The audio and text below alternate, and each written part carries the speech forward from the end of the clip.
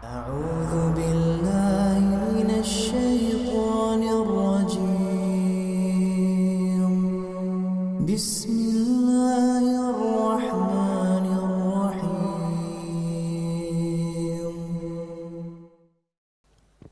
Bismillahirrahmanirrahim. Assalamualaikum warahmatullahi wabarakatuh.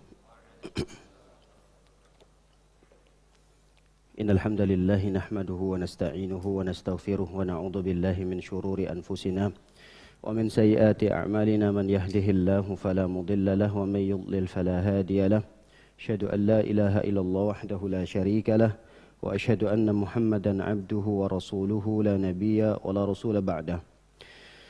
يا أيها الذين آمنوا اتقوا الله حق تقاته ولا تموتن إلا وأنتم مسلمون يا أيها الناس اتقوا ربكم الذي خلقكم من نفس واحدة وخلق منها زوجها وبث منهما رجالا كثيرا ونساء واتقوا الله الذي تساءلون به والأرحام إن الله كان عليكم رقيبا يا أيها الذين آمنوا اتقوا الله وقولوا قولا سديدا يصلح لكم أعمالكم ويغفر لكم ذنوبكم ومن يطع الله ورسوله فقد فاز فوزا عظيما أما بعد فإن أصدق الحديث كتاب الله وخير الهدي هدي نبينا محمد صلى الله عليه وسلم وشر الأمور محدثاتها فإن كل محدثة بدعة وكل بدعة ضلالة وكل ضلالة في النار.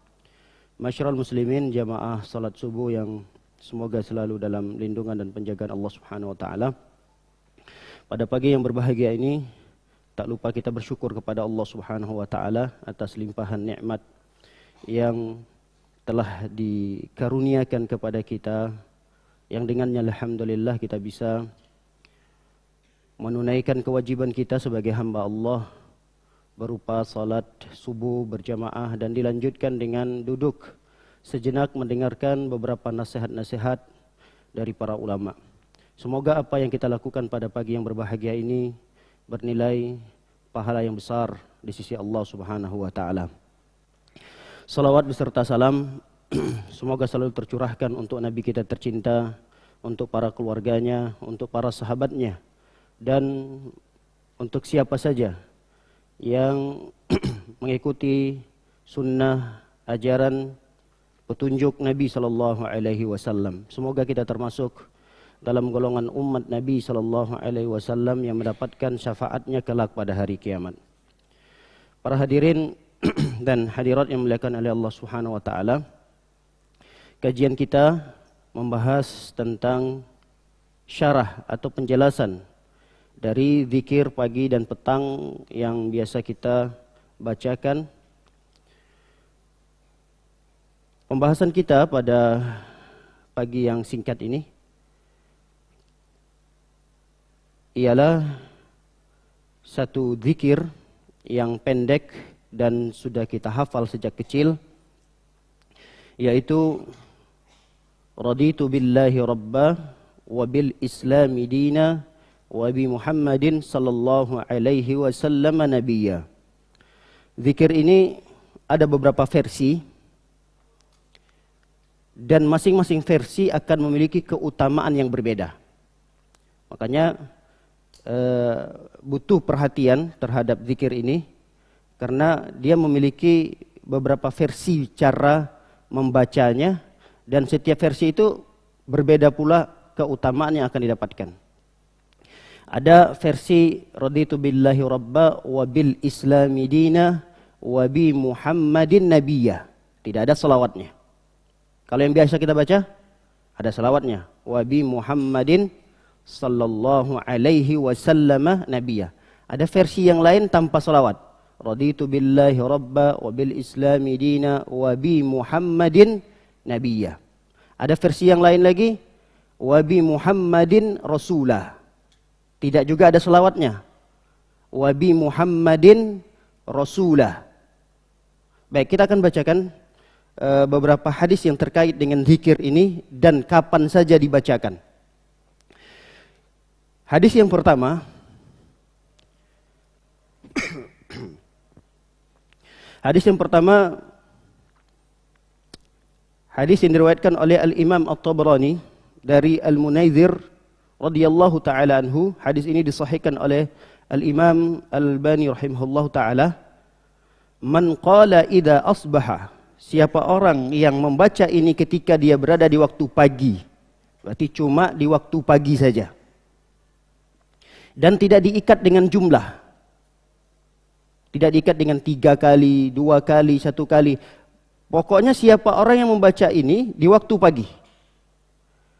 Lalu kemudian apa yang dibaca tersebut? Raditu billahi rabbah wa bil islami dinah wa bi Muhammadin nabiyah. Wa bi Muhammadin nabiyah. Tidak ada kalimat sallallahu alaihi wasallamnya. Apa keutamaan yang akan didapatkan? La akhuzanna biyadihi hatta udkhilahul jannah. Aku akan gandeng tangan orang tersebut, kata Rasul sallallahu alaihi wasallam, dan aku akan bawa dia menuju surga Allah Subhanahu wa taala. Ini keutamaan yang pertama. Dan dibaca cuma di waktu pagi saja. Di waktu pagi, dan tidak diikat dengan jumlah. Berapa jumlahnya? Tidak ada keterangannya.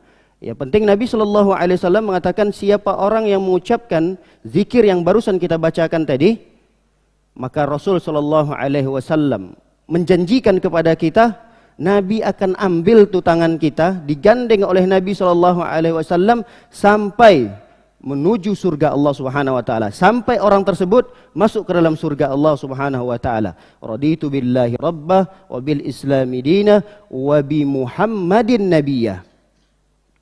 Baik, hadis yang kedua. Hadis yang kedua ini dibaca di waktu petang. Juga tidak diikat dengan waktu. Hadis yang diriwayatkan oleh Imam Tirmizi, dan hadis ini dihasankan oleh beliau dari sahabat Nabi yang bernama Sauban. Hadis ini sampai kepada sahabat Nabi yang bernama Sauban radhiyallahu taala anhu. Qala Rasulullah sallallahu alaihi wasallam, man qala hina yumsi. Siapa orang yang membaca ini di waktu petang, dan juga tidak diikat dengan bilangan, tidak disebutkan 2, 3. Yang penting siapa yang membaca zikir ini, walaupun sekali dia membacanya, maka Rasul sallallahu alaihi wasallam menjanjikan sebuah keistimewaan yang besar berupa kana haqqan 'ala Allahi an yurdiyahu. Wajib bagi Allah, lihat kalimatnya, wajib. Wajib bagi Allah untuk meridhai orang tersebut. Artinya Allah wajib memberikan keridhaan kepada orang yang membaca ini di waktu petang. Apa kalimat tersebut? Hampir mirip. Bahkan mirip dengan apa yang kita bacakan yang pertama tadi. Raditu billahi rabbah wa bil islami dinah wa bi Muhammadin nabiyya. Tidak ada salawatnya. Sama dengan kalimat yang pertama tadi. Kata Rasul sallallahu alaihi wasallam, siapa yang baca raditu billahi rabbah wa bil islami dinah wa bi Muhammadin nabiyya, kana haqqan 'ala Allahi an yurdiyahu, maka wajib bagi Allah untuk meridai si pembaca atau orang yang membaca ini. Hadis yang ketiga, ini yang biasa sering kita amalkan. Yang ketiga, dibaca di waktu pagi dan petang 3 kali. Di waktu pagi dan petang sebanyak 3 kali. Dan hadisnya mengikat jumlah itu. Hadisnya menjelaskan secara bilangan terikat jumlahnya 3 kali. Kalau yang tadi kita baca di 2 hadis pertama, tidak ada pengikatan terhadap berapa jumlahnya, tidak ada.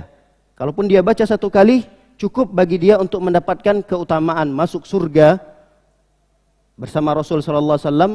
Kemudian wajib bagi Allah untuk meridhoinya. Dan yang ketiga ini hadis yang menjelaskan zikir yang sama, tapi ada kalimat tambahan sallallahu alaihi wasallamnya. Ini biasa yang kita baca. Raditu billahi rabbah wa bil islami dinah wa bi Muhammadin sallallahu alaihi wasallama nabiyya. Nah, apa keutamaan dari hadis ini? Kita bacakan. Hadis ini diriwayatkan oleh Imam Ahmad dan disahihkan oleh Al-Imam Ibnu Baz rahimahullahu taala. Hadisnya berbunyi, "Ma min 'abdin muslimin yaqulu hina yusbih wa hina yumsi thalatha marrat raditu billahi rabba wa bil islami dina wa bi Muhammadin sallallahu alaihi wasallam illa kana haqqan 'ala Allah an yurdiyahu yaumal qiyamah.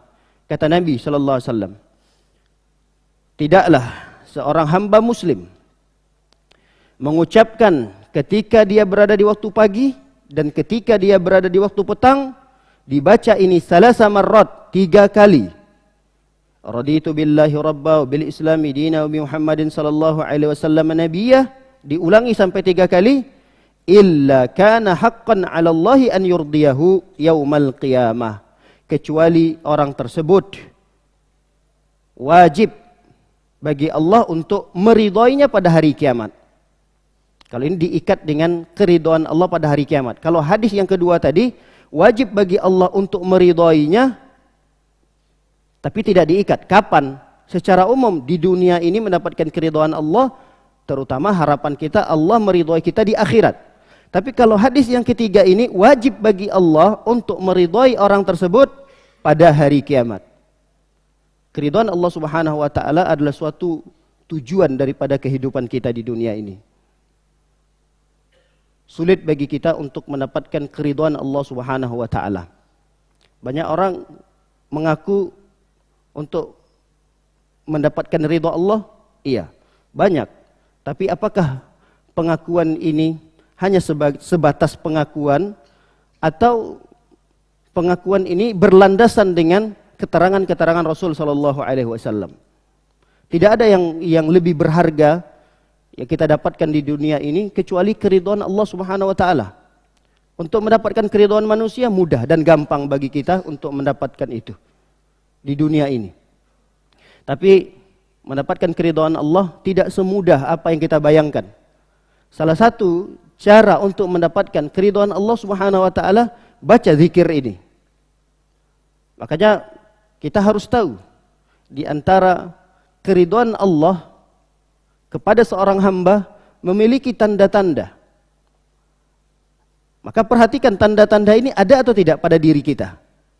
Disebutkan oleh para ulama, di antara tanda-tanda seseorang itu mendapatkan keridhaan Allah Subhanahu wa taala di dunia ini adalah, pertama, ketika orang tersebut diberikan taufik oleh Allah untuk menambah ketaatan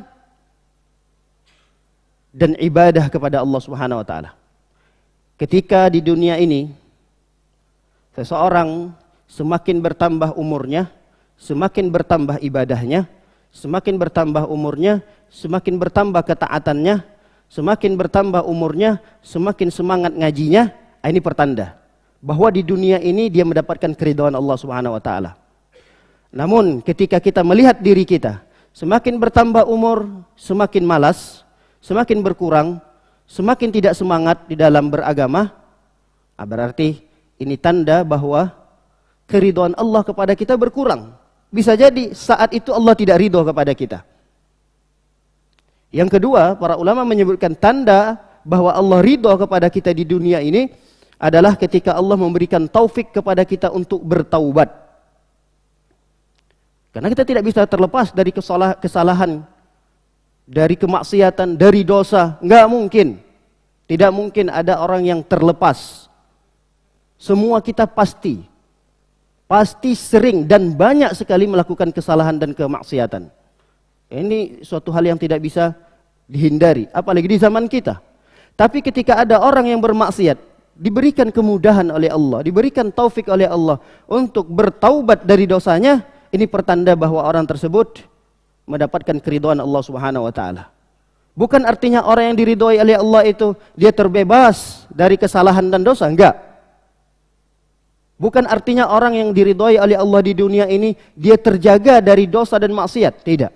Tapi orang yang diridhoi oleh Allah Subhanahu wa taala di dunia ini, ketika dia jatuh kepada lembah kemaksiatan, diselamatkan kembali oleh Allah Subhanahu wa taala dengan bersegeranya ia bertaubat kepada Allah Subhanahu wa taala.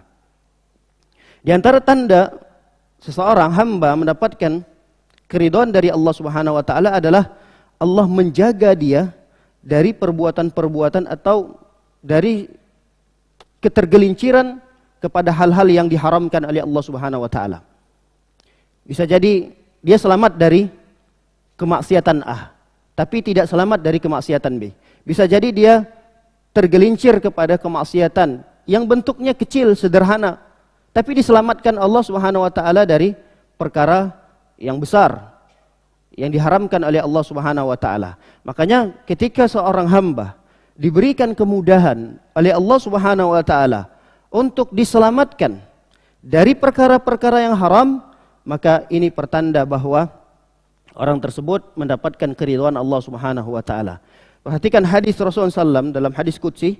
Rasul sallallahu alaihi wasallam mengatakan, "Wa ma yazalu 'abdi yataqarrabu ilayya bin nawafil hatta uhibbahu." Tidaklah senantiasalah seorang hambaku tersebut mendekatkan diri kepadaku dengan mengerjakan pekerjaan ibadah-ibadah sunnah sampai aku mencintainya. Jadi untuk mendapatkan kecintaan Allah Subhanahu wa taala adalah ketika seorang hamba mendekatkan dirinya kepada Allah dengan ibadah-ibadah sunnah. Fa idza ahbabtuhu, manakala aku telah mencintai hamba tersebut, kata Allah, kuntu sam'ahu alladhi yasma'u bihi wa basaruhu alladhi yubsiru bihi wa yadahu allati yabtishu biha wa rijlahu allati yamshi biha. Kata Rasul sallallahu alaihi wasallam dalam hadis qudsi ini, Allah Subhanahu wa taala berfirman, apa kata Allah? Apabila Allah sudah mencintai hamba tersebut, maka pendengarannya dijaga oleh Allah. Penglihatannya dijaga oleh Allah. Tangannya yang dia menyentuh, menggapai dengan tangannya tersebut dijaga oleh Allah. Kakinya yang dia gunakan untuk melangkah dijaga oleh Allah Subhanahu wa taala. Ketika seorang hamba memiliki anggota tubuh yang terjaga oleh Allah Subhanahu wa taala, matanya dijaga oleh Allah Subhanahu wa taala, pendengarannya dijaga oleh Allah Subhanahu wa taala dari berbagai macam kemaksiatan. Bisa jadi ada orang diberikan kemudahan oleh Allah Subhanahu wa taala. Dan banyak juga orang yang tergelincir di kubangnya kemaksiatan. Ada orang ketika menggunakan gadgetnya, dia mudah ketika melihat sesuatu yang diharamkan oleh Allah, dia langsung menghindari perkara yang diharamkan tadi. Tapi ada sebahagian hamba Allah Subhanahu wa taala bukan tidak sengaja, bahkan secara sengaja dia membuka sesuatu yang diharamkan oleh Allah Subhanahu wa taala. Ini suatu perbedaan yang jauh sekali. Orang yang pertama dengan orang yang kedua. Ada orang yang pertama ketika dia membuka sesuatu yang penting dari gadgetnya tersebut, namun kadang ada iklan, ada apa, sesuatu yang menampilkan yang itu tidak selayaknya untuk dilihat oleh seorang muslim. Tapi mudah bagi dia untuk menghindarinya. Ada orang kedua, bahkan dia sengaja mengambil gadgetnya untuk melihat sesuatu yang diharamkan oleh Allah Subhanahu wa taala. Ini tentu dua orang yang berbeda ini bisa kita pastikan orang yang pertama adalah orang yang telah mendapatkan tanda mendapatkan keridhaan oleh Allah Subhanahu wa taala. Adapun orang yang kedua, bisa jadi orang yang kedua ini adalah orang yang tidak diridhai oleh Allah Subhanahu wa taala di dunia ini. Kemudian di antara tanda seorang hamba itu mendapatkan keridhaan Allah Subhanahu wa taala di dunia ini adalah ketika dia mendapatkan penerimaan dari banyak orang. Orang senang kepadanya. Siapapun orang yang bermuamalah dengannya, siapapun orang yang mengenalnya, orang senang dengan orang tersebut. Ketika orang banyak mengenal dan senang bermuamalah dengannya, ini pertanda, kata para ulama, bahwa orang tersebut mendapatkan keridhaan Allah di dunia ini.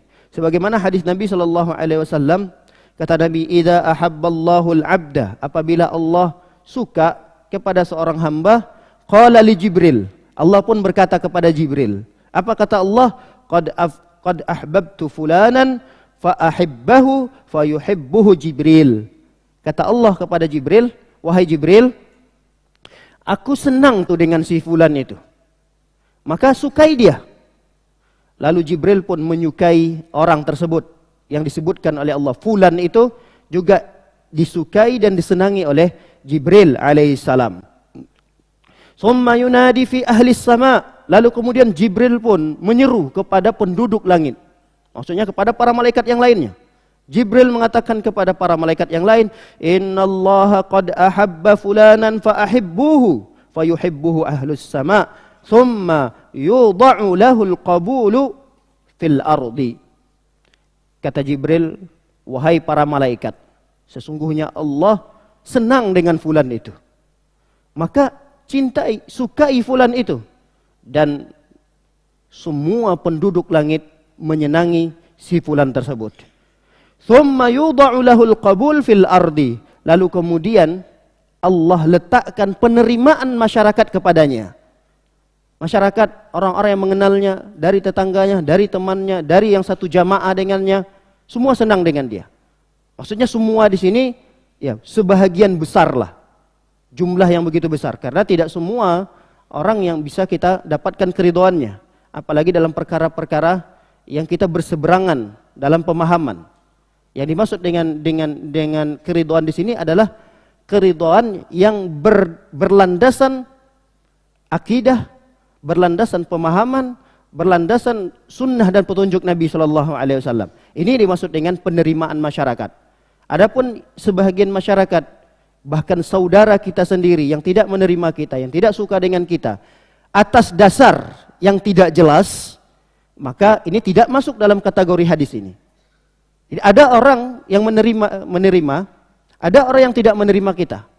Nah, penerimaan orang kepada kita, ketidakmenerimaan orang tidak menerima kita atas dasar yang tidak jelas, ini tidak masuk dalam kategori hadis ini. Ustaz fulan itu 50-50 penerimaannya. Bahkan di keluarga pun begitu. Di keluarga ada sebahagian yang menerima, ada sebahagian besar bahkan tidak menerima. Maka dicek dulu, masalah apa yang tidak diterima? Oh, masalah muamalah duniawiyah. Berarti ini pertanda bahwa orang tersebut tidak mendapatkan keridhaan Allah. Oh, ini masalahnya adalah masalah yang berseberangan dengan pemahaman. Melihat bahwa si fulan ini pemahamannya berbeda sekali. Bahkan banyak sekali pemahamannya berseberangan dengan tradisi nenek moyang. Yang tradisi nenek moyang itu juga berseberangan dengan syariat.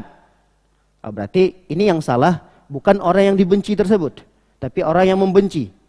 Dan kebencian orang tersebut ya bisa jadi atas dasar ketidaktahuan atau belum pahamnya terhadap sesuatu yang dibencinya. Oleh karena itu, para hadirin yang dimuliakan oleh Allah Subhanahu wa taala, ketika kita mendapati banyaknya orang yang kita kenal dan lebih banyak orang yang lebih menerima keberadaan kita, mengharapkan keberadaan kita, maka ini pertanda bahwa Allah Subhanahu wa taala meridhai kita di dunia ini.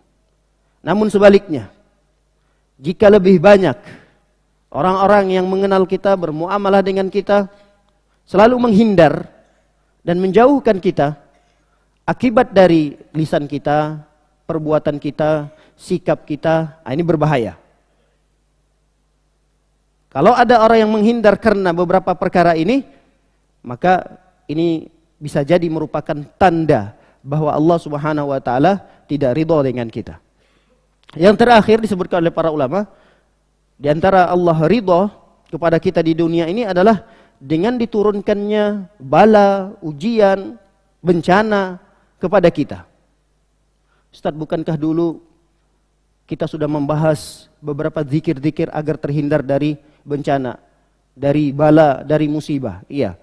Ada beberapa zikir yang kita sudah bacakan. Bahkan pada pertemuan yang lalu kita dianjurkan untuk baca Allahumma inni as'alukal afwa wal afiyata fid dunya wal akhirah. Kita minta diselamatkan oleh Allah Subhanahu wa taala. Kata para ulama, kita minta diselamatkan di sini bukan artinya kita terbebas dari musibah, tidak. Tapi yang kita minta kepada Allah diselamatkan di sini tatkala kita diberikan musibah oleh Allah, tapi diberikan kemudahan untuk menerima dan sabar dari musibah itu. Itu yang paling penting. Karena nggak mungkin seorang hamba itu terbebas dari musibah, dari bala, dari bencana, nggak mungkin. Bahkan sebagai tanda ketika seseorang ingin melihat dirinya dicintai atau tidak dicintai oleh Allah, bisa jadi dengan cara dia diberikan oleh Allah Subhanahu wa taala musibah silih berganti. Dan semakin tinggi, semakin besar keimanan seorang, maka semakin besar pula ujiannya. Makanya kita melihat dalam sejarah Siapa orang yang paling besar mendapatkan ujian dan cobaan oleh Allah Subhanahu wa taala? Para nabi, orang-orang soleh. Mereka lah orang yang paling besar ujian dan cobaan yang Allah timpahkan. Para nabi, terkhusus Nabi kita Muhammad sallallahu alaihi wasallam. Apakah lalu kemudian kita mengatakan, oh Nabi tidak dicintai? Karena banyak sekali hal-hal perkara-perkara yang tidak disukai itu didapatkan dan ditemui pada diri Nabi sallallahu alaihi wasallam. Sebelum Nabi lahir, ayahnya sudah tidak ada. Ketika Nabi SAW lahir, kemudian beliau diasuh jauh dari ibunya. Baru umur 4 tahun, kemudian ibunya meninggal. Diasuh oleh pamannya. Kemudian umur 6 tahun diasuh oleh kakeknya. Umur 6 tahun, 2 tahun bersama kakek tercintanya, meninggal kakeknya. Diasuh oleh pamannya. Yang mengasuh pamannya yang mengasuh tadi bukanlah orang yang memiliki kekayaan, tapi ya orang yang qadarullah ekonominya disempitkan oleh Allah Subhanahu wa taala sehingga mengharuskan di masa kecilnya dia harus bekerja, membantu pamannya dengan mengembala. Lalu kemudian akan digaji dari pekerjaan pengembalaannya tersebut oleh si pemilik kambing itu. Ini kan penderitaan. Dari kecil Nabi SAW itu sudah menderita. Sampailah kemudian Nabi SAW belasan umurnya, sampailah ketika beliau menikah. Tidak sampai di situ. Nabi SAW setelah menikah pun beliau diberikan karunia anak laki-laki. Anak laki-lakinya diambil oleh Allah SWT di usia yang masih kecil. Dan seterusnya. Apalagi ketika beliau diangkat menjadi Nabi dan Rasul. Banyak hal-hal yang didapatkan oleh Nabi SAW yang hal-hal tersebut tidak disukai oleh kita sebagai manusia. Tidak ada yang menyukai itu. Tapi itu didapatkan. Ada pada diri Nabi SAW. Nah, ini menunjukkan bahwa manusia tidak bisa terlepas dari musibah, dari bencana, dari bala. Nggak mungkin terlepas. Tapi orang-orang yang diridhoi oleh Allah Subhanahu wa taala ketika dia mendapatkan musibah, bencana, diberikan kemudahan untuk bersabar. Ini yang berat. Bersabarnya ini yang berat. Teorinya mudah. Ketika kita mendapatkan musibah, sabar. Tapi ketika musibah itu benar-benar ada di hadapan kita, kadang-kadang ilmu yang kita dapatkan berupa sabar ini sulit ternyata untuk dipraktekkan. Kecuali bagi orang-orang yang diberikan kemudahan oleh Allah Subhanahu wa taala. Untuk mendapatkan kemudahan itu baca raditu billahi rabbah wa bil islami dina wa bi Muhammadin sallallahu alaihi wasallam nabiyya. Hanya orang-orang yang mengamalkan zikir-zikir yang seperti inilah ketika diberikan ujian, musibah oleh Allah Subhanahu wa taala, mudah bagi dia untuk mendapatkan kesabaran dari Allah Subhanahu wa taala. Oleh karenanya Rasul sallallahu alaihi wasallam bersabda, "Idza aradallahu bi 'abdihil khaira ajjala lahul 'uqubata fid dunya." Kata Nabi SAW, apabila Allah menginginkan kepada seorang hamba kebaikan, maka Allah akan segerakan azabnya di dunia ini. Makanya dulu kalau para sahabat mereka sakit, ada di antara mereka sengaja tidak mau berobat. Sengaja mereka tidak mau berobat. Kenapa? Karena mereka melihat berobat ini hukumnya tidak wajib. Bahkan mereka bergembira, senang. Apalagi sakitnya sakit ringan, flu, demam. Itu senang mereka kalau mendapatkan sakit-sakit yang seperti itu. Kenapa? Karena semakin mendapatkan sesuatu yang tidak kita sukai, lalu kemudian kita bisa bersabar atas itu semua, maka ini merupakan pertanda bahwa orang tersebut mendapatkan keridhaan Allah Subhanahu wa taala. Baik, kita baru menjelaskan 3 hadis yang terkait dengan zikir. Yang pertama tadi di waktu pagi mendapatkan surga Allah bersama Nabi. Yang kedua Yang kedua mendapatkan keridhaan Allah. Di sini secara umum tidak dijelaskan apakah pada hari kiamat atau di dunia. Kalau tidak dijelaskan di sini, keridhaan Allah itu didapatkan di mana? Berarti didapatkan di dunia dan di akhirat. Adapun di hadis yang ketiga tadi, itu mendapatkan keridhaan Allah pada hari kiamat. Bagaimana seorang hamba mendapatkan ridha pada hari kiamat? Ini juga diberikan kemudahan demi kemudahan oleh Allah Subhanahu wa taala. ketika dia wafat, ketika dia sakratul maut, diberikan kemudahan oleh Allah Subhanahu wa taala. Ini pertanda bahwa orang tersebut mendapatkan keridhaan Allah Subhanahu wa taala. Dimudahkan proses dari penyelenggaraan jenazahnya. Lalu kemudian diberikan kemudahan oleh Allah ketika dia berada di alam barzakh untuk menjawab pertanyaan-pertanyaan terkait yang sering dia bacakan. Raditu billahi rabbah. Ini akan ditanyakan kembali di alam barzakh. Man rabbuka? Bagi orang yang sudah sering mengamalkan ini, dia akan mudah menjawab. Man rabbuka? Allah. Karena dia sudah sering baca di pagi hari, di sore hari. Raditu billahi rabba. Man rabbuka? Lalu kemudian di alam barzakh dia akan ditanya, man nabiyuka? Dia mudah menjawabnya. Kenapa? Wabi Muhammadin sallallahu alaihi wasallam nabiyya. Ketika tanya siapa nabimu? Mudah bagi dia menjawabnya karena sudah dia sering baca di pagi hari, di petang hari. Apa agamamu? Ini yang sudah kita sering baca. Wabil islami dina. Ketika dia diberikan kemudahan di alam barzakh untuk menjawab pertanyaan demi pertanyaan yang dilontarkan oleh malaikat, maka ini pertanda bahwa dia mendapatkan keridhaan Allah Subhanahu wa taala pada hari kiamat. Karena hari kiamat itu bermula dari seseorang sakratul mautnya. Itu awal mula dikatakan seseorang menghadapi hari kiamat. Ketika dia memulai sakratul mautnya, kemudian berpindah ke alam barzakh, ini sudah mulai. Orang tersebut berada di di hari kiamat. Walaupun belum dikatakan dia berada di padang mahsyar di hari kiamat yang sebenarnya, tapi dia sudah berada di anak tangga. Anak tangga menuju pada hari kiamat.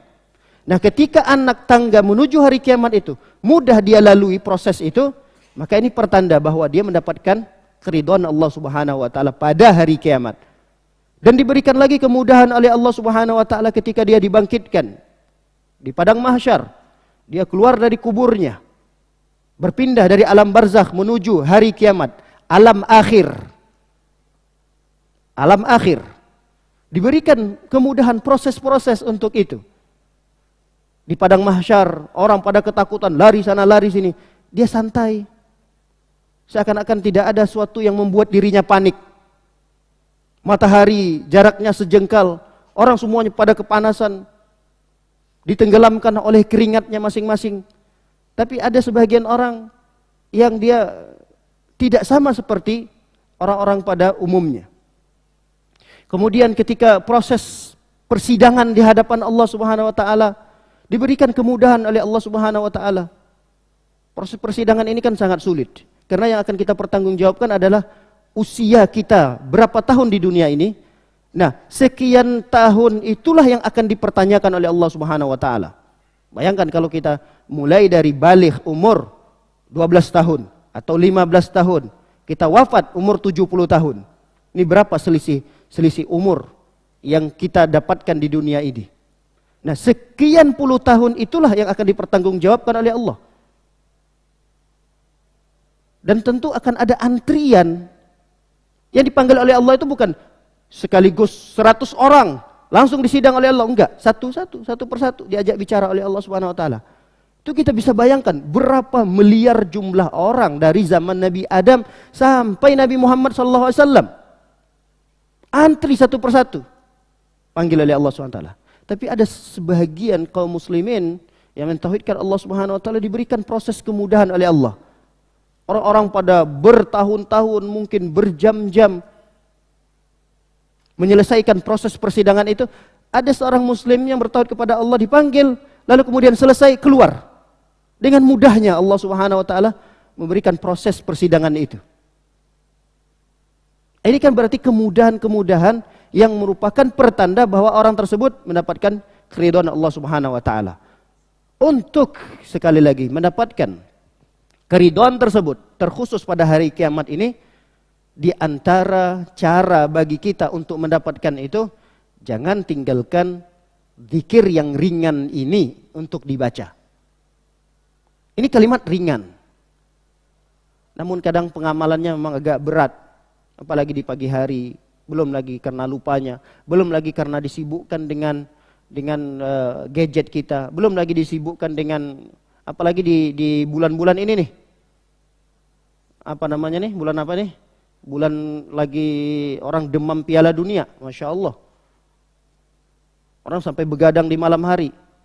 Dia dia bangun di sholat subuh saja, kemudian sholat berjamaah, itu udah hebat sekali. Di zaman ini, di bulan ini, di akhir-akhir tahun ini. Dia bisa terbangun saja, kemudian mengerjakan sholat di masjid, ini sudah hebat. Tapi alangkah lebih hebatnya lagi, dia masih bisa mengamalkan beberapa zikir-zikir yang dianjurkan untuk dibaca di waktu pagi hari. Terutama yang kita jelaskan di pagi hari ini. Raditu billahi rabbah, wa bil islami dina, wa bi Muhammadin sallallahu alaihi wasallam. Dengan begitu kita akan mendapatkan keridhaan Allah Subhanahu wa taala. Baik. Hadis yang ketiga tadi. Kita akan bacakan hadis yang keempat. Di sini ada sedikit perbedaan. Kalau tadi kita sering baca wabi Muhammadin nabiyya, wabi Muhammadin sallallahu alaihi wasallam nabiyya. Kalau di hadis yang keempat ini wabi Muhammadin rasulah. Baik, hadis yang diriwayatkan oleh Abu Sa'id Al-Khudri radhiyallahu taala anhu, Nabi sallallahu alaihi wasallam bersabda, "Man qala raditu billahi rabba wa bil islami dina wa bi Muhammadin rasula, wajabat lahul jannah." Kata Nabi SAW, siapa orang yang mengucapkan raditu billahi rabba wa bil islami dina wa bi Muhammadin rasulah, wajib baginya masuk surga. Masya Allah. Allahu Akbar. Wajabat lahul jannah. Wajabat ini maksudnya apa? Wajib dia masuk surga. Seakan-akan ini merupakan kewajiban bagi Allah Subhanahu wa taala. Sama tadi. Wajib bagi Allah meridhoinya. Seakan-akan itu merupakan kewajiban bagi Allah. Hal yang wajib, hal yang harus yang dilakukan oleh Allah. Begitu juga dalam hadis ini, wajib bagi dia untuk mendapatkan surga Allah Subhanahu wa taala.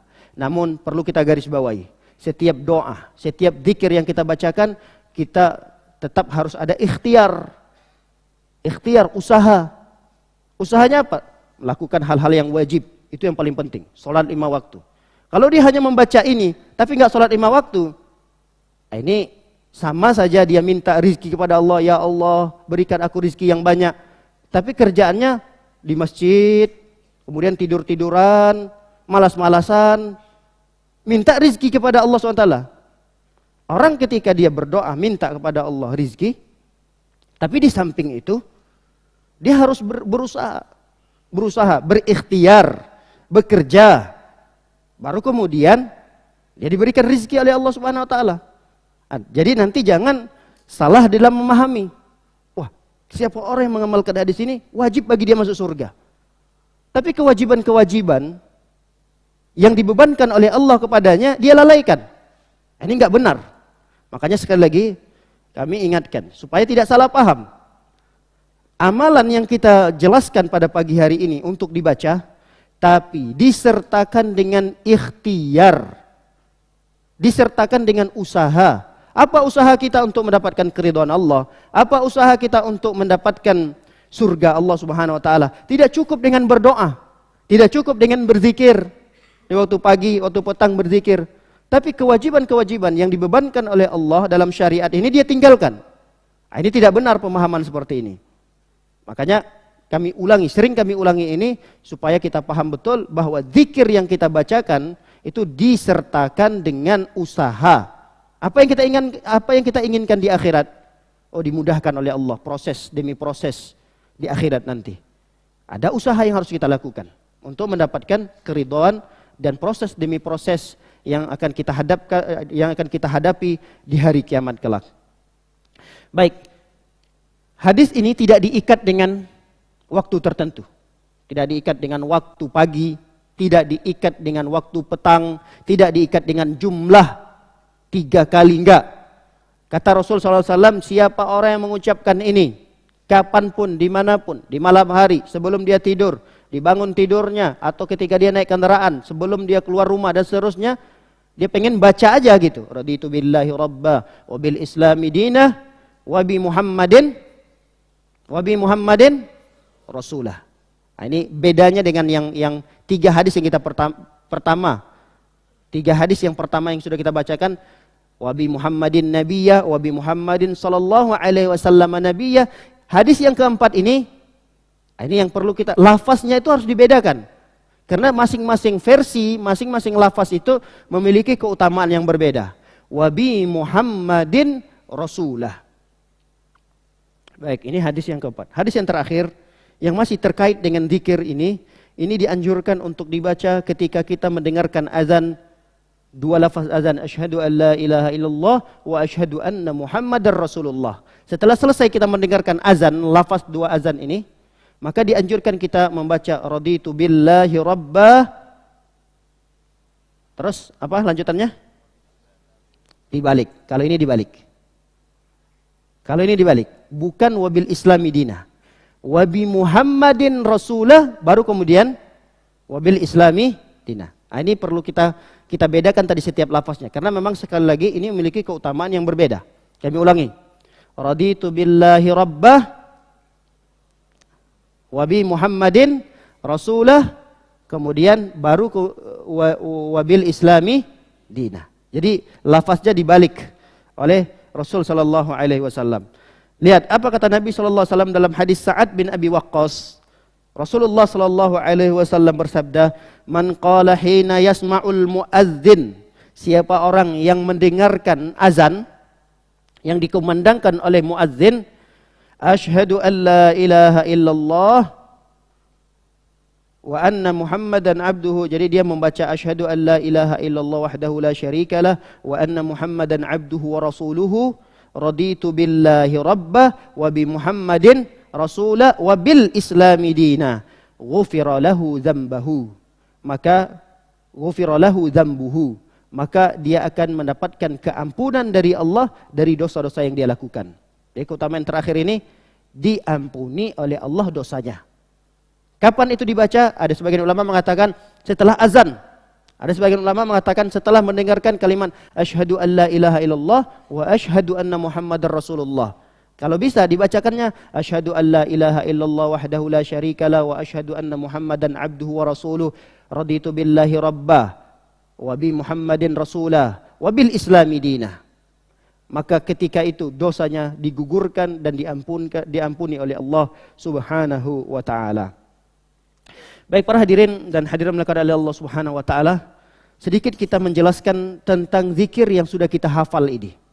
Raditu billahi rabba wa bil islami dina. Ada 3 poin penting yang perlu kita bahas pada zikir yang sudah kita hafal ini. Poin yang pertama adalah raditu billahi rabbah.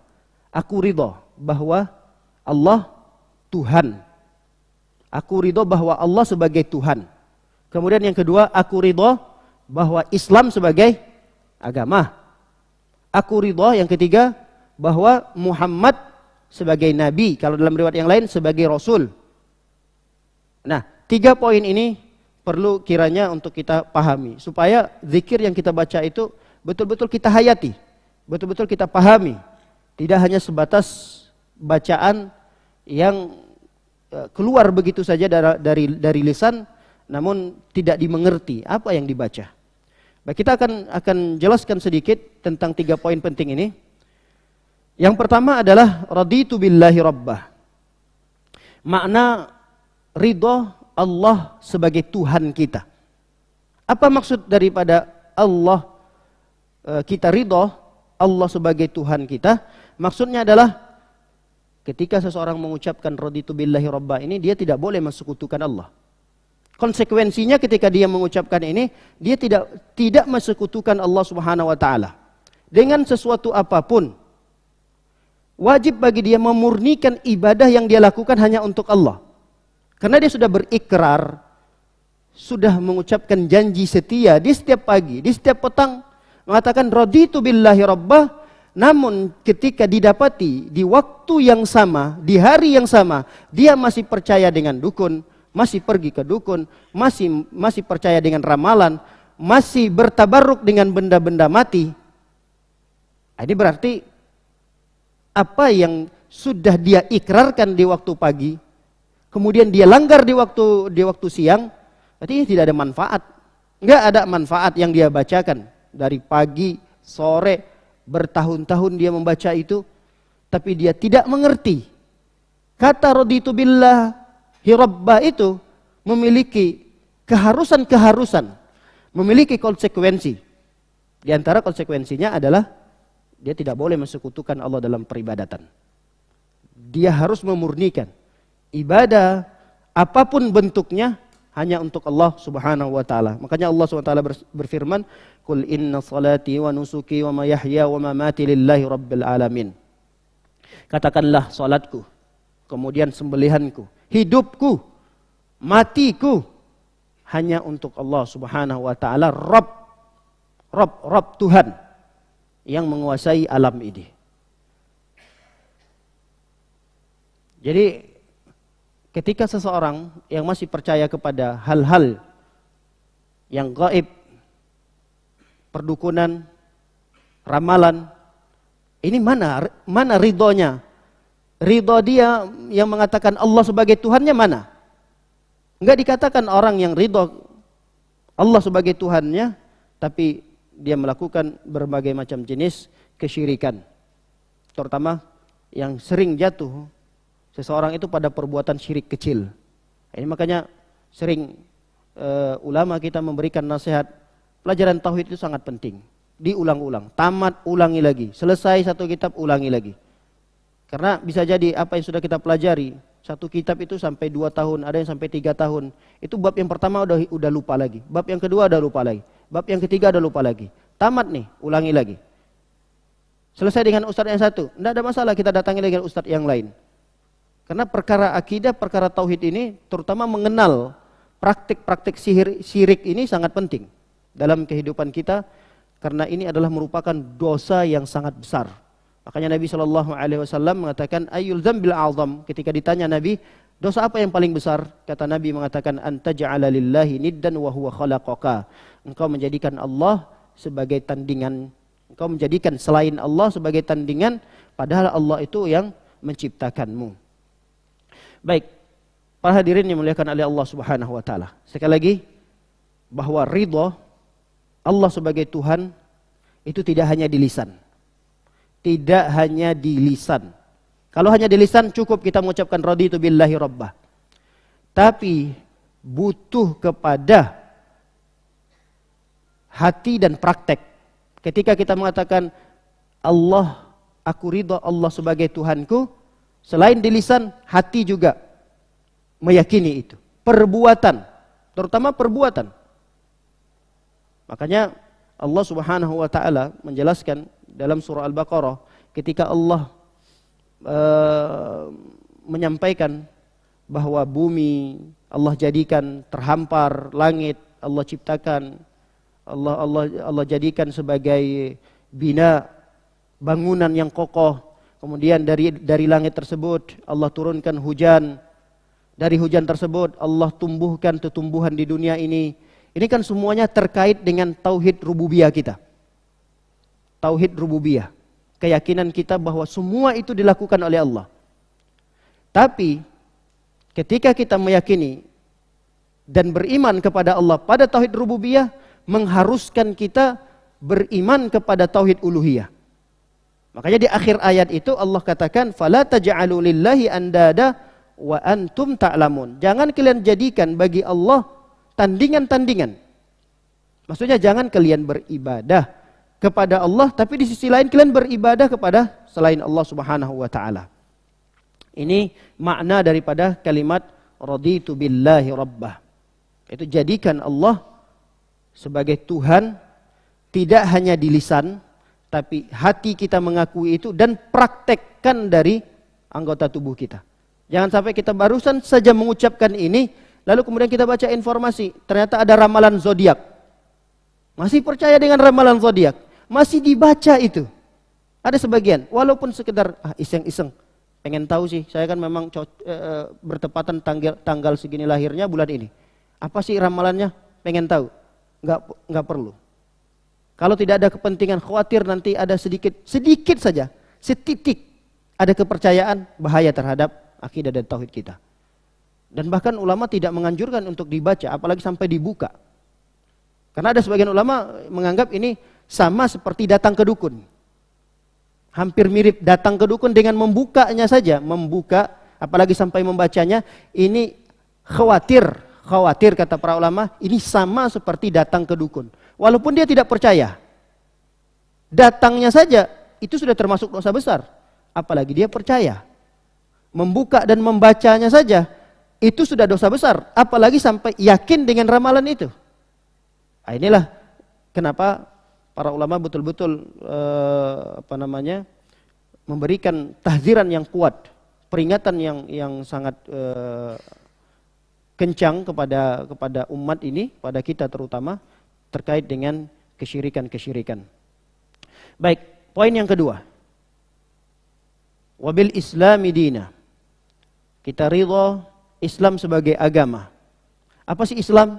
Islam itu didefinisikan oleh Al-Imam Muhammad bin Abdul Wahhab rahimahullahu ta'ala, kata beliau, Al-Islamu huwa al-istislamu lillahi bit-tauhid wal-inqiyadu lahu bit-ta'ah wal-bara'atu minasyirki wa ahlihi. Islam itu adalah al-istislamu lillahi bit-tauhid. Kita pasrah kepada Allah dengan mentauhidkannya. Itu istislam. Itu Islam. Islam itu adalah istislam, pasrah. Istislam itu menyerahkan diri kita kepada Allah dengan mentauhidkannya. Ini poin yang pertama. Jadi tidak dikatakan seorang itu Islam kalau hanya menyerahkan diri kepada Allah. Oh, saya sudah cukup nih dikatakan Islam dengan saya berserah diri kepada Allah. Saya pasrah kepada Allah. Tidak. Harus dilanjutkan poin yang kedua.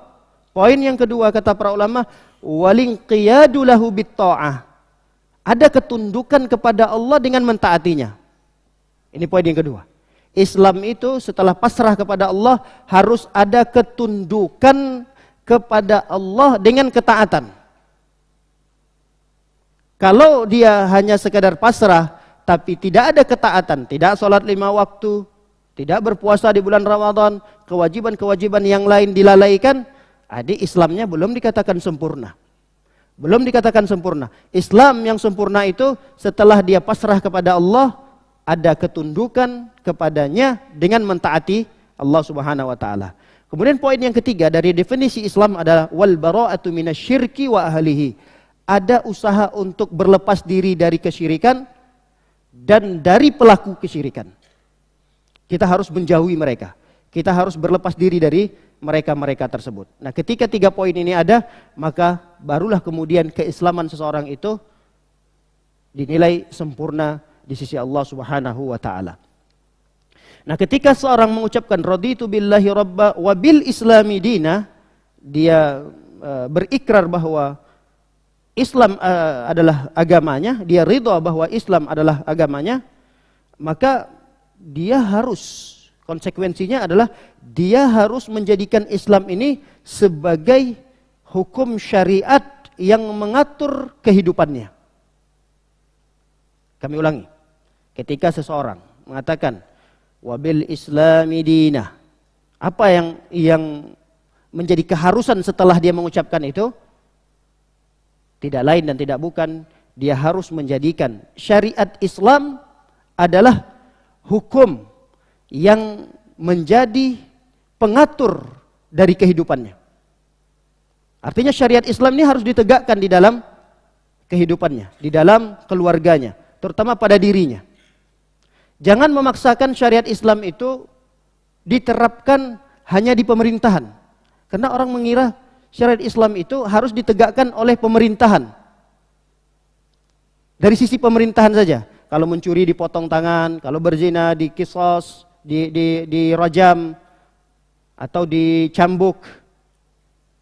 Jadi mengira bahwa syariat Islam itu ditegakkan dari sisi kepemerintahan saja. Padahal syariat Islam ini kan harus kita nilai cakupannya sangat luas. Syariat Islam ini ada pada diri kita, ada di keluarga kita. Nah, ketika kita ridha bahwa Islam adalah agama kita, jadikan syariat Islam ini yang mengatur kehidupan kita. Maka tidak dikatakan seseorang mengatakan raditu billahi rabbah, tapi dia di dalam kehidupannya masih bermuamalah dengan muamalah yang diharamkan oleh Allah Subhanahu wa taala. Tidak dikatakan seorang muslimah, dia mengatakan wabil islami dinah, tapi masih membuka auratnya. Ini berarti dia tidak menjadikan syariat Islam itu sebagai syariat yang menjadi hukum yang harus dijalankan.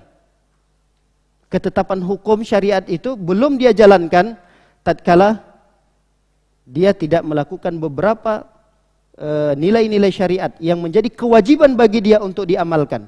Dan ini tidak cukup kalau dia hanya sekedar mengucapkan wabil islami dina, tapi dia tidak menjadikan syariat Islam sebagai syariat yang mengatur kehidupannya. Dari kapan sampai kapan syariat Islam ini sudah harus diterapkan tatkala kita lahir. Dari seseorang itu lahir sampai dia wafat, jadikan syariat Islam itu sebagai syariat yang mengatur kehidupannya. Jangan membuat syariat-syariat baru. Syariat yang sudah ada saja, yang sudah ditetapkan oleh Rasulullah, itu berat bagi kita untuk mengamalkan keseluruhannya. Apalagi dengan tambahan-tambahan yang baru.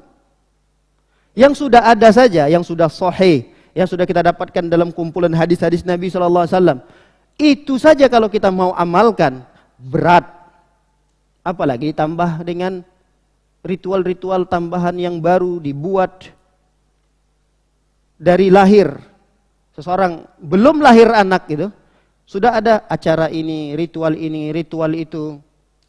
Seharusnya kalau kita ingin mengikuti tatanan syariat, sangat mudah sekali. Tapi karena kita membuat-buat syariat baru lagi, inilah menjadikan Islam ini seakan-akan sulit. Padahal ya, kalau anak lahir, apa yang disyariatkan? Berikan nama yang baik. Kalau kita mampu untuk mengakikahkannya, diakikahkan. Kalau kita bisa mengamalkan mencukur rambutnya, kemudian ditimbang berapa nilai daripada rambut tersebut dikonversikan dengan emas atau perak. Cuma sebatas itu. Lalu kemudian anak itu beranjak di usia 7 tahun, mulai diajarkan dia sholat, diperintahkan dia sholat. Kemudian di umur 10 tahun, gak mau sholat, dipukul. Nanti sampai meninggal dunia, itu semua sudah diatur dalam syariat. Sampai seseorang meninggal dunia, seperti apa proses meninggal dunianya, apa yang harus dilakukan tatkala sakaratul maut, setelah di sakaratul maut apa yang dilakukan, proses-proses apa saja yang diwajibkan oleh orang yang hidup dari keluarganya, semuanya sudah diatur. Dan mudah sekali dalam syariat Islam.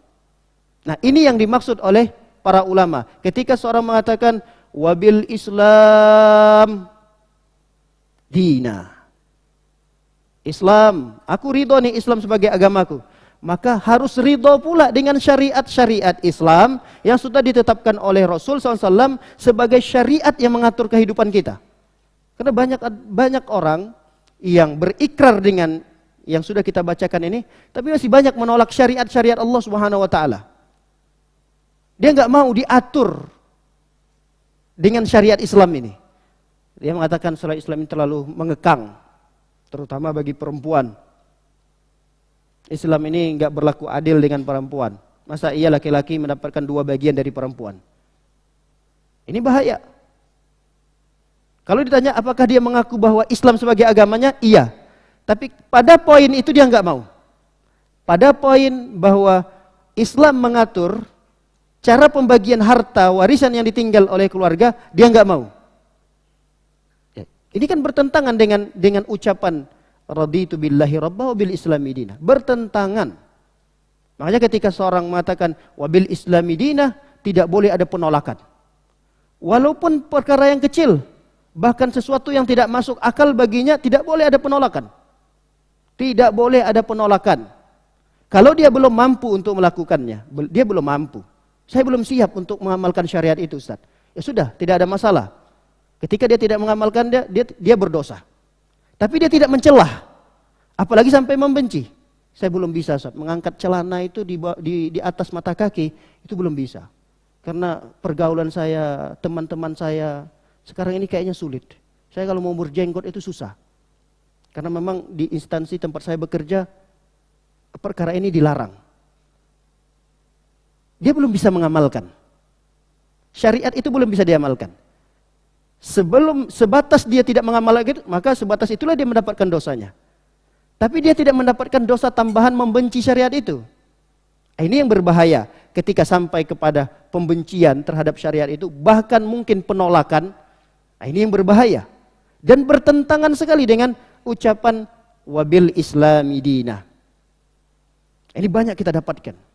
Maka tokoh masyarakat, tokoh agama menolak syariat-syariat yang sudah ditetapkan oleh Allah Subhanahu wa taala, syariat yang sudah ditetapkan oleh Rasul sallallahu alaihi wasallam.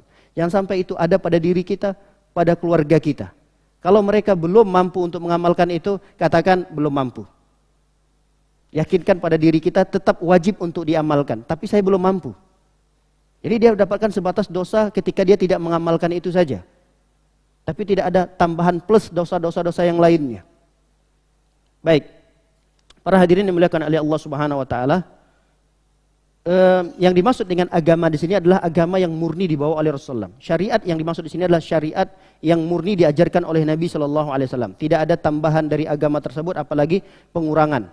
Makanya Allah Subhanahu wa taala berfirman, "Al-yauma akmaltu lakum dinakum wa atmamtu 'alaikum ni'mati wa raditu lakumul Islam madinah." Wa raditu lakumul Islam madinah. Kata Allah Subhanahu wa taala dalam surah Al-Maidah ayat 3, "Al-yauma akmaltu lakum dinakum." Pada hari ini, di akhir-akhir hayat Nabi sallam. Makanya ini adalah ayat terakhir turun dari Al-Qur'an. Ayat yang terakhir adalah "Al-yauma akmaltu lakum dinakum." Akmaltu lakum dinakum. Pada hari ini aku sempurnakan bagi kalian agama kalian. Kata para ulama, kalau sudah ada kata sempurna, tidak ada lagi alasan bagi kita untuk menambahnya dan tidak ada alasan untuk menguranginya. Karena Allah sudah menyatakan itu, sudah distempel oleh Allah. Kata Allah, "Al-yauma akmaltu lakum dinakum." Hari ini sudah aku sempurnakan agama kalian. Itu detik-detik Rasul wafat. Lalu kemudian dilanjutkan oleh Allah SWT, "Wa atmamtu 'alaikum ni'mati." Telah aku sempurnakan bagi kalian nikmatku.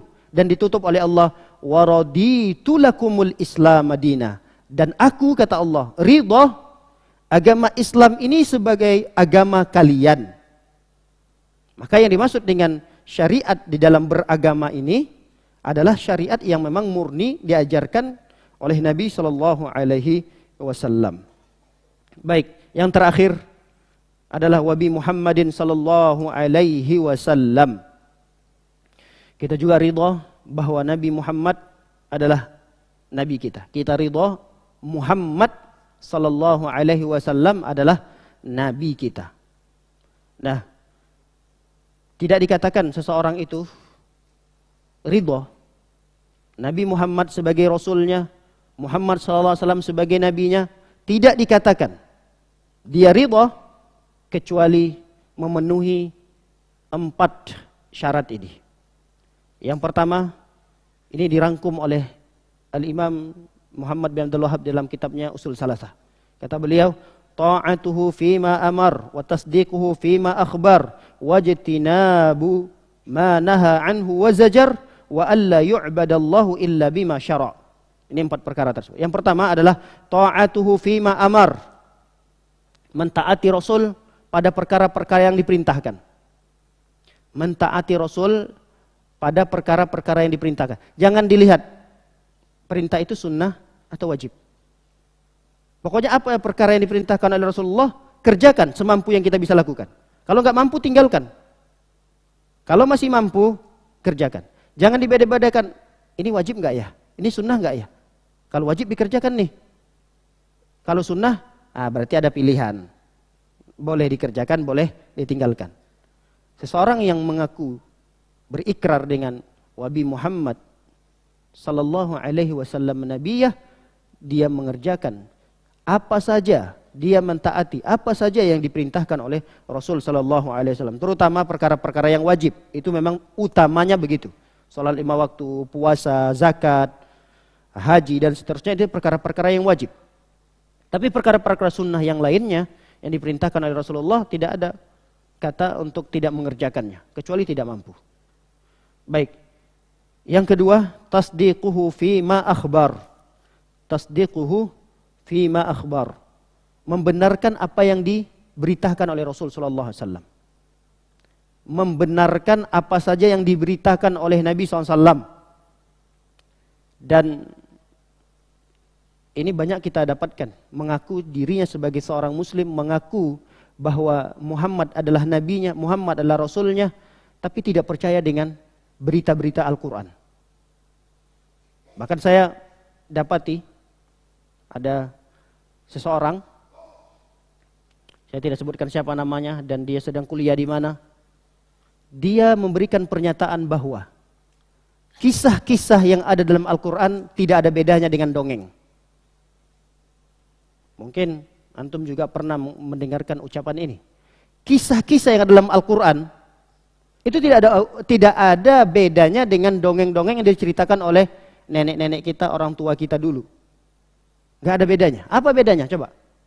Ini syubhat mereka. Makanya hati-hati dengan syubhat-syubhat seperti ini. Apa bedanya?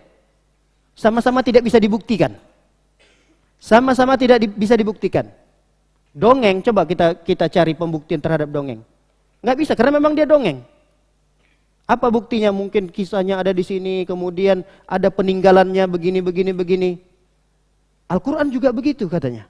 Kisah Nabi Adam. Coba bisa nggak dibuktikan dengan panca indera kita? Kisah Nabi Nuh yang memiliki perahu besar. Nggak ada bedanya dengan dongeng. Nah, ini tidak pantas diucapkan sebagai seorang muslim, apalagi dia mengaku bahwa Nabi Muhammad sebagai rasulnya. Karena yang menyampaikan itu Nabi. Al-Quran itu 30 juz, wahyu dari Allah Subhanahu wa taala. Barangkali karena memang ilmu kita belum bisa sampai untuk membuktikan itu. Ilmu kita dan upaya kita nggak cukup untuk sampai membuktikan itu. Bukan karena tidak ada buktinya, karena kita belum sampai ilmunya, atau mungkin tidak sampai usaha kita. Gak mungkin dengan umur kita sebatas 60 tahun, 70 tahun bisa membuktikan yang puluhan ribu tahun yang lalu terjadi. Tapi dia berani mengatakan bahwa cerita-cerita yang banyak, kan Al-Quran, di dalam Al-Quran itu hampir sepertiga dari Al-Quran itu kisah semua. Itu kalau dia mengingkarinya berarti sepertiga Al-Quran dia ingkari. Subhanallah. Ini bahayanya. Baik. Yang ketiga, wajtinabu ma naha anhu wa zajar. Ketika seorang mengakui Muhammad sebagai nabinya, maka dia harus menjauhi segala apa yang dilarang dan dihardik oleh Rasulullah. Sesuatu yang dilarang dan dihardik oleh Rasulullah, dia jauhi. Apapun perkara itu. Apalagi perkara yang haram. Yang makruh saja misalnya dilarang oleh Nabi, tinggalkan. Misalnya sebagian ulama berpendapat atau ada silang pendapat, minum dalam kondisi berdiri, ada yang mengatakan haram, ada yang mengatakan makruh, ada yang mengatakan boleh. Udah, karena ini perkara yang dilarang, tinggalkan. Lebih aman dia memilih misalnya duduk. Oh, saya lebih mengambil pendapat makruh. Makruh berarti kan dilarang, tapi derajatnya di bawah haram. Makruh itu kan di bawah haram. Tapi dia karena ini adalah berita yang disampaikan oleh Nabi SAW dan larangan dari Nabi SAW, dia tinggalkan. Kemudian terakhir yang keempat, wa alla yu'badallahu illa bima syara'. Kalau dia menjadikan Muhammad, dia ridha Nabi Muhammad sebagai rasulnya, maka dia tidak boleh beribadah kepada Allah kecuali dengan apa yang telah disyariatkan. Yang keempat ini penting.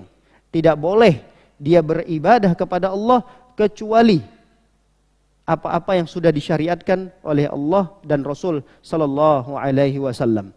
Saya kira demikian kajian yang singkat ini, dan kita tutup dengan sama-sama berdoa untuk saudara-saudara kita yang saat ini sedang diberikan ujian oleh Allah Subhanahu wa taala. Semoga Allah memberikan kesabaran kepada mereka. Semoga kaum muslimin dan muslimat yang meninggal dunia akibat daripada bencana gempa ini diberikan pahala yang besar di sisi Allah Subhanahu wa taala. Semoga mereka meninggal dalam keadaan husnul khatimah, mereka meninggal mendapatkan keutamaan mati syahid di sisi Allah Subhanahu wa taala, dan keluarga yang ditinggal saat ini yang masih hidup, semoga diberikan kesabaran dan pahala yang besar oleh Allah Subhanahu wa taala. Bagi mereka-mereka korban-korban yang saat ini sedang sakit, semoga segera diberikan kesembuhan oleh Allah Subhanahu wa taala. Demikian kajian singkat ini, semoga apa yang kita dapatkan menjadi ilmu yang bermanfaat dan dapat kita amalkan dalam kehidupan kita sehari-hari. Wassallallahu nabiyana Muhammadin wa ala alihi washabbihi wasallam ajmain. Subhanakallahumma bihamdika asyhadu an la ilaha illa anta astaghfiruka wa atubu ilaik. Assalamualaikum warahmatullahi wabarakatuh.